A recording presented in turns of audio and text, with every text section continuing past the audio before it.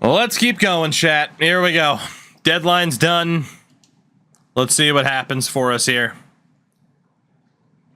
2-1 loss. Honestly, I'm okay with losing at this point. It can get okay. That's what can't happen. I'm okay with losing, but Askarov cannot get shelled. That is the worst case scenario. Down to a 901. Got back-to-back against Edmonton. Gives up 4. Oh, Askarov, I need you to step up here, buddy. Oh, boy. This isn't good. This isn't good. Wow. Buffalo places Matthias Samuelsson on waivers. 6 years left at $4.3 million. For a third pair defenseman. Yeah, I'm not bailing you out of that contract. Holy shit. No, thank you. Fucking no, thank you. Losing a shootout to Philly. Buffalo. Mason Lohrei was roughed up apparently. God, 6-3. Fuck. Even if it's the morale, there was no way I was claiming him for that much money. 901 still for Askarov. It's not looking good. It's looking like he's going to lose his 2 silver abilities here. 2-0 shutout over the Rangers. We have 12 games to go. 12 games to go. He's up to a 904. He needs a 910 to accomplish the goal for the season. Defensively lately, we have been struggling.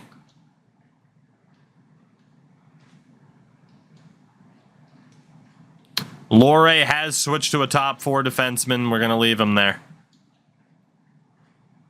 Willsby hasn't been amazing. Willsby can be scratched, though. So Willsby hasn't been bad. But he can be scratched, and he will be. We're going to send down Lozon and call up Anton Olsen. Because we knew Lozon wouldn't be claimed. And we're going to give Anton Olsen... Alright, fuck it. AHL's just going best lines at this point. I don't have time to care about them, even if they're a terrible fit. So Willsby hasn't necessarily been poor, but we got to give somebody else a chance.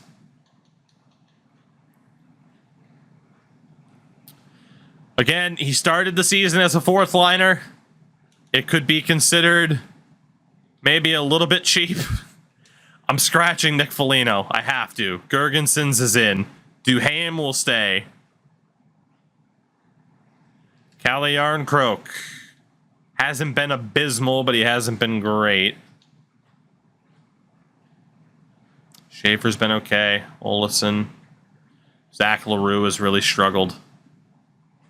Zach LaRue has really struggled this season. He has gone up to a 3rd liner.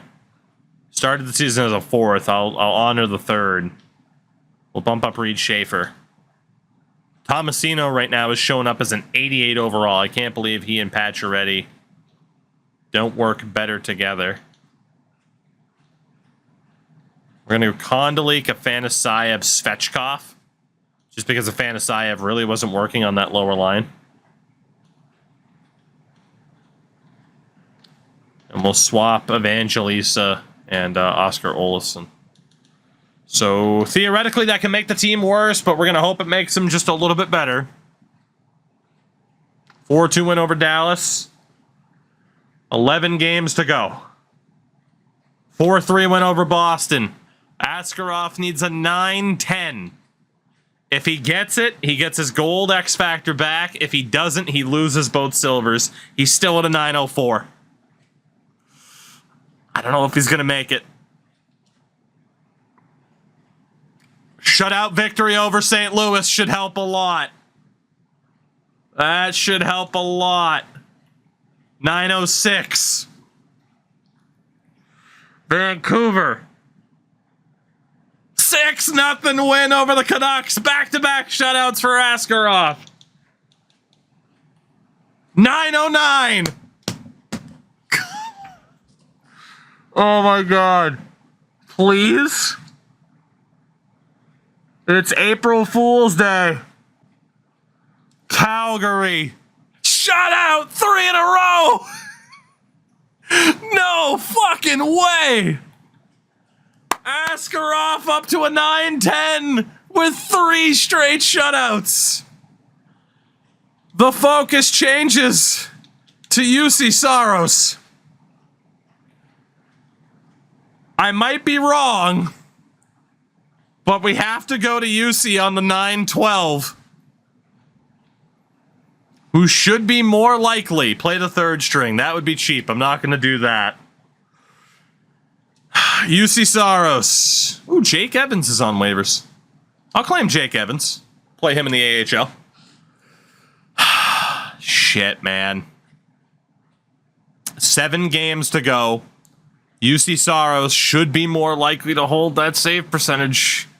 And if he's not, I might not bring him back. Los Angeles. 3-2 loss. It's all right. It's only 3 goals. Save percentage still could have gone up. Both goalies are at a 9-10.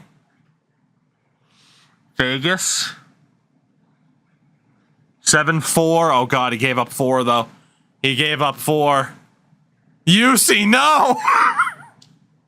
You were the chosen one!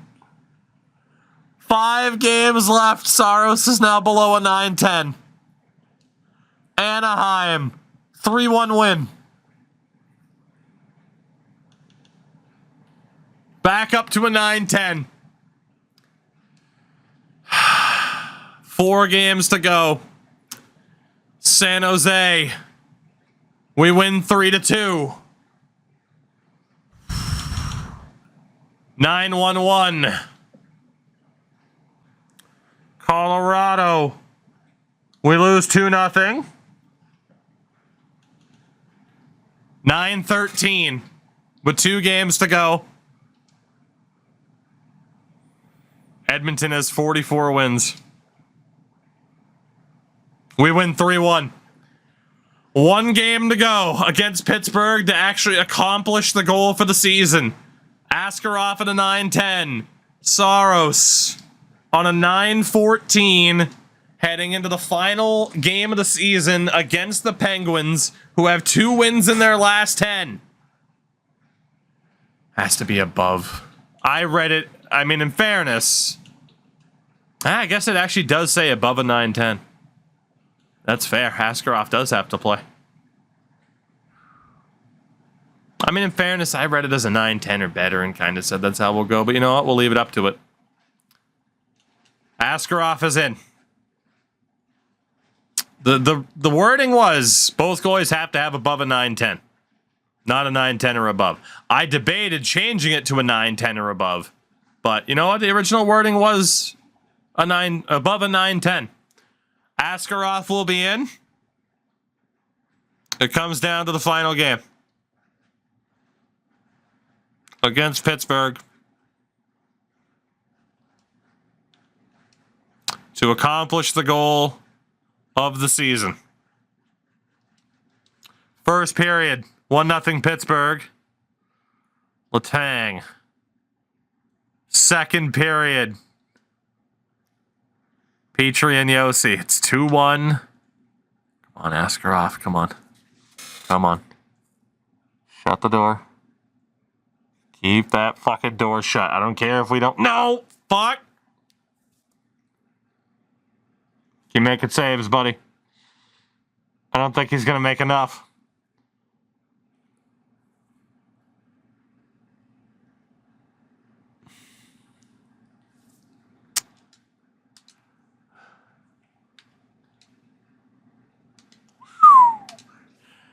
Oh, and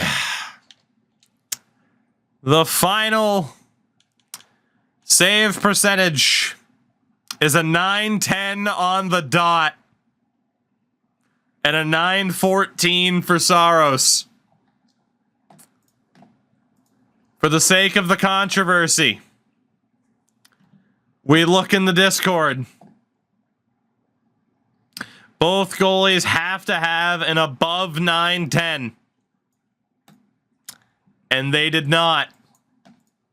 It was a 9-10 on the dot We have failed the goal. We have failed the goal. By the slimmest of margins. As Mobski redeems the Wheeler. Oh no, Sergachev can't decide. That was technically the wording. So, we'll get to the Wheeler in a second. Do the math. It could be above a 9. No. It's too late. Too late. Shout out to J God. Askarov loses his abilities.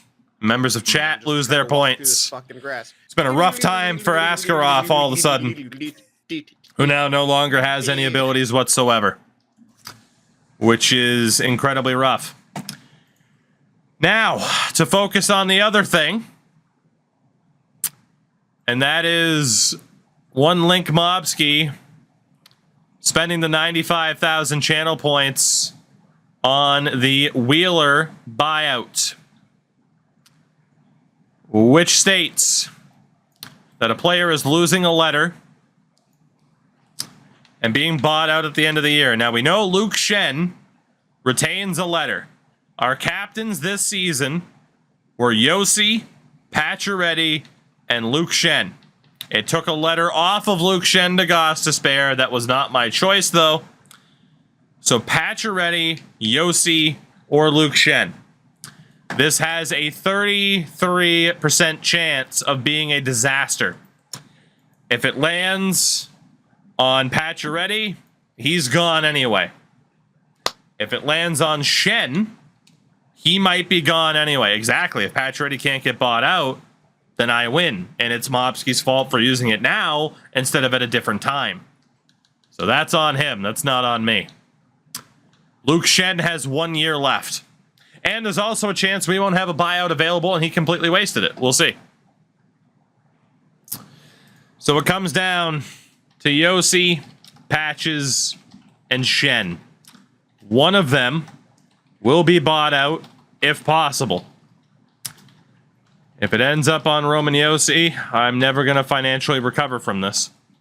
After the Philip Forsberg buyout last season. One of these three men, if possible, will be bought out. The question is, what's about to happen? Have we witnessed Roman Yossi's last game in a Nashville Predators uniform? The Wheeler buyout will affect Max Pacioretty. Dodge that bullet. Confirmed, Max Pacioretty will not be back at the end of the season.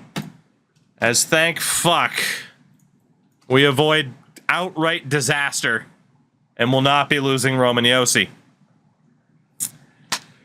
Whew, that was a little bit scary right at the end there, Mobski.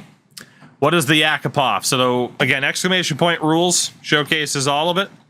The Yakupov has an explanation next to it, as do all of the options.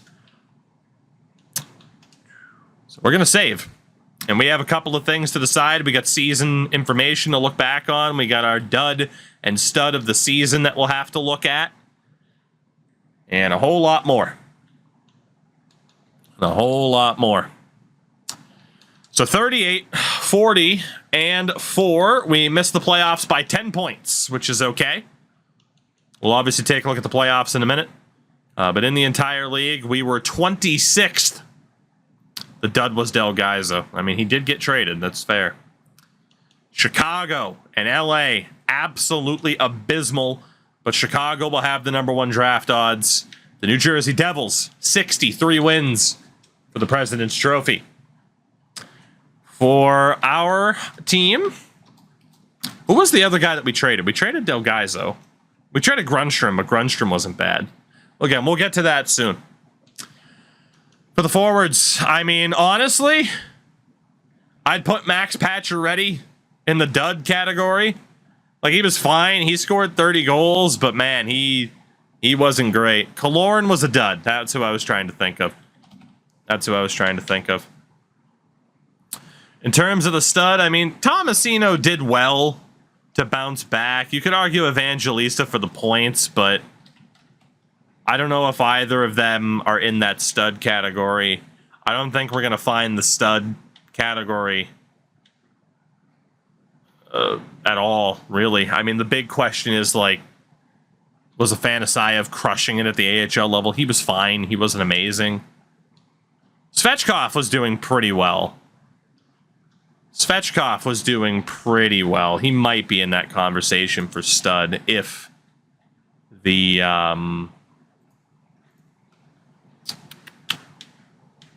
bar is that low.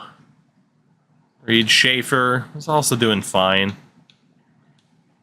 Foligno, Duhaime, I mean, these are guys that weren't amazing. By default, the other three are ahead of them just off of profile. Honestly, I don't know if Ghost deserves to be in the dud category. He was fine.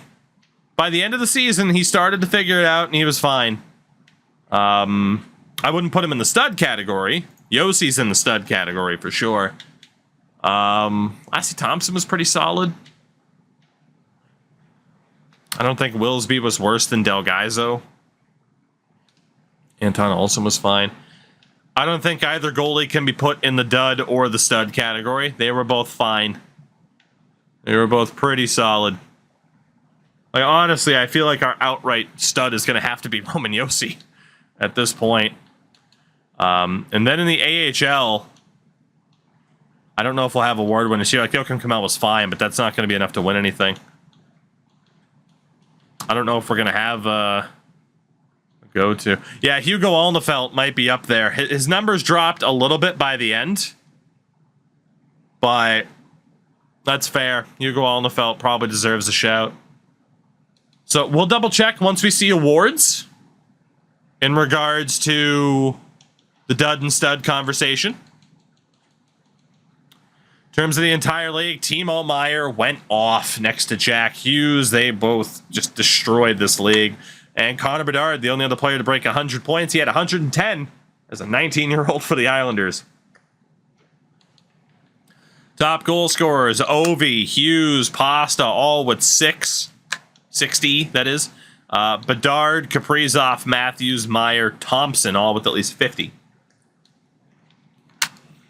Assist king with 72 was Kyle Palmieri.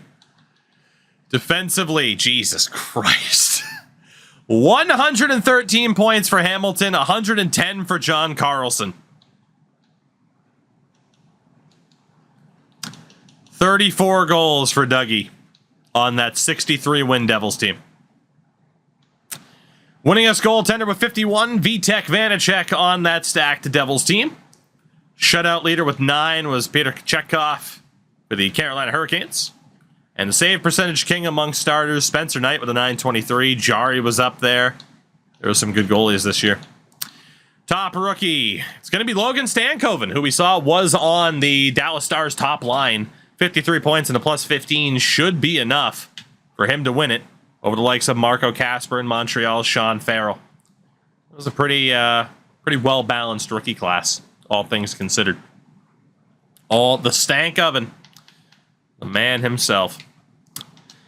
So, before we move on towards seeing how the playoffs pan out and all that fun stuff, Milwaukee made the playoffs again, by the way. Did I get a fucking scratch on my leg or something? I don't know what the hell's going on with my hair either. Jesus.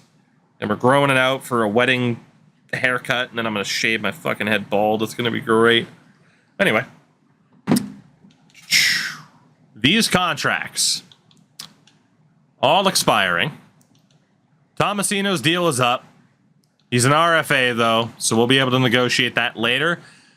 I mean, you gotta wonder, like with Tomasino, do we want to make a decision on if he is, in fact, the guy to build around?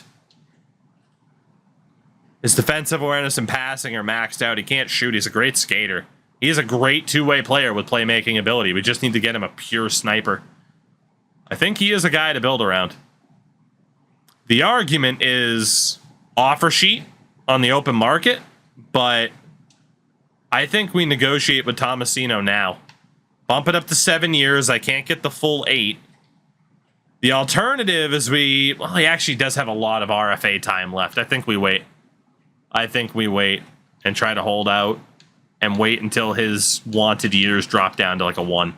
Patches we know is gone. Evangelista wants a big pay raise, does Luke Evangelista?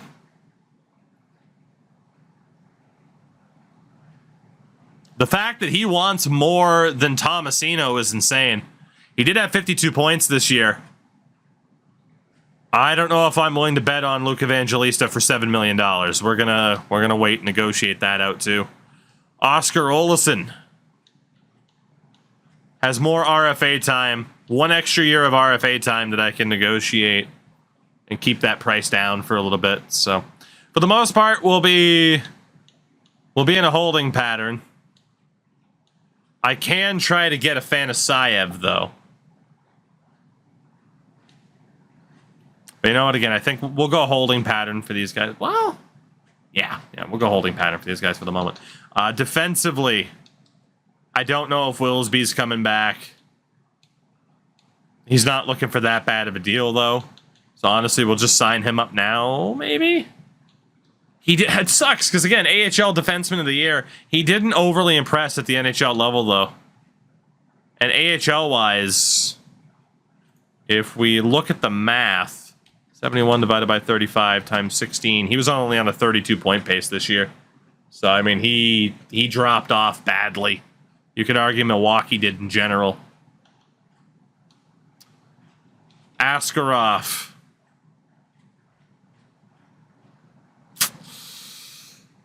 I'm not willing to pay a now X-Factorless Yaroslav Askarov $7 million a season. He might get dealt at the draft.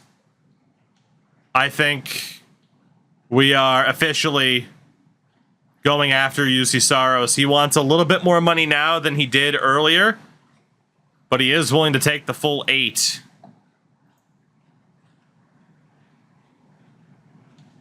It's a 7-year deal or an 8-year deal. Obviously, 8 brings him up all the way to age 37, which is a bit risky. It's also risky because if it's an 8-year deal, he could get the full no movement clause for that entire year, that entire term. But I think we are going to start negotiating with UC here. I think we are. But before we do that, we do get... Do players that you removed X Factor get them back if you're letting them walk? No. They just are what they are. I mean, you can make the argument to get them back elsewhere, but, you know, like, oh, once we trade them type of thing. But at the same time, it's like, well, I kind of like the idea that we ruined a career, you know? UC Saros. There is a decision to be made here. And the question is, I gotta set up this wheel for it.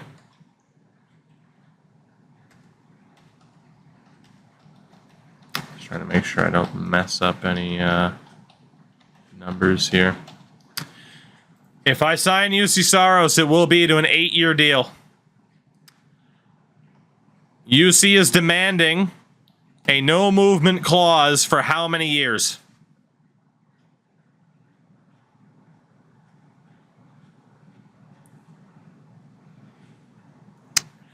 If we sign UC Saros, he gets a no movement clause for 5 of the 8 years.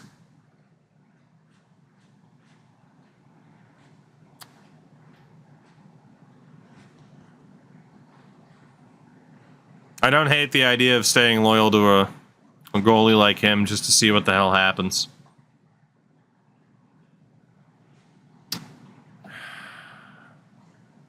We could drop it down to 7, but at that, it made more sense to keep it at 8 because technically, if you think about it, you know, in terms of the odds, right? I mean, I don't know. In my head, at least, at 2 in the morning, it made sense to have the extra year on there to hope for the best. But I'm willing to have it be an 8-year deal.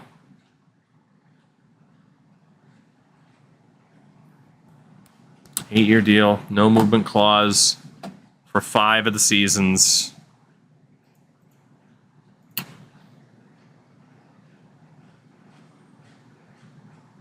He wants to come back as well, otherwise we couldn't negotiate. I don't know if the 85% trick would work.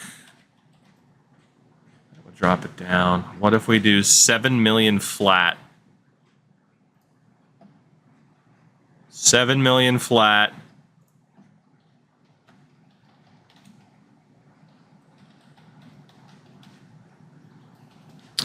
I'm going to send that offer in. 7x8. No movement clause for the first 5 years. Let's see what he thinks. Let's see what he thinks. As Sid invokes suspension. Sid, the season's over. I hate to tell you, Sid, the season's over. I don't think I can acknowledge that. I think you just wasted your points. I could say, okay, start a next season, but I kind of like when people use stuff out of turn and then waste their points for being unaware. Let's see what happens with UC Saros, because if we have to go back to the negotiating table, obviously it opens up room. Chat was very aware that it opens up room. Also 4 games in a row. Let's see what happens. Season is officially over. Saros accepts. UC Saros will be here in Nashville for at least the next 5 seasons. He gets the no movement clause for 5 of 8 years on the contract. I don't often stay loyal to a goalie like this, but in this series we're going to, especially after you guys managed to completely obliterate Yaroslav Askarov. So, UC's our guy. And there's a very good chance we're going to look to move on from Askarov at the deadline. Ottawa plays Columbus, Montreal, Tampa, New Jersey, Toronto, Washington, and the New York Islanders. In the West, it's Seattle, Minnesota, Edmonton, San Jose, Colorado, Arizona, and Winnipeg takes on Dallas. The Admirals should be playing the Texas Stars in round number 1. And indeed, they are. So again, 3 straight years now of the Milwaukee Admirals making the playoffs. And if Hugo Alnefelt can deliver here, there is a very, very strong possibility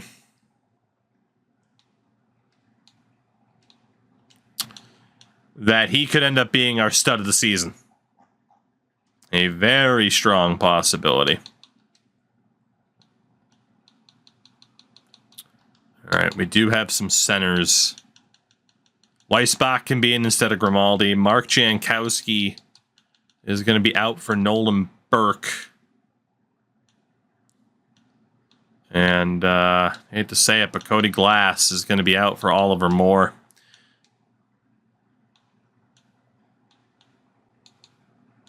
Walker Door is a terrible fit for that team. So there we go. Let's see what the Milwaukee Admirals are capable of.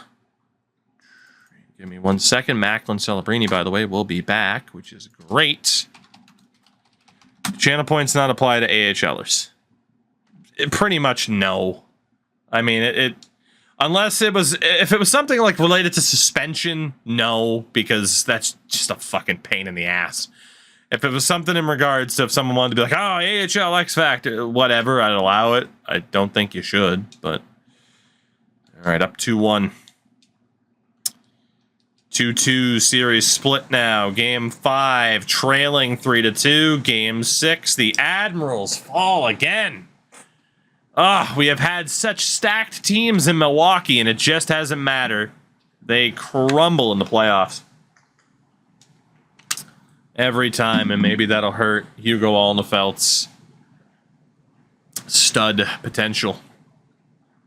The New Jersey Devils go all the way and win the Stanley Cup in 2025. The Cleveland Monsters take home the Calder Cup. The best team in the NHL, 63 wins, as the Devils sweep the Stars in the final.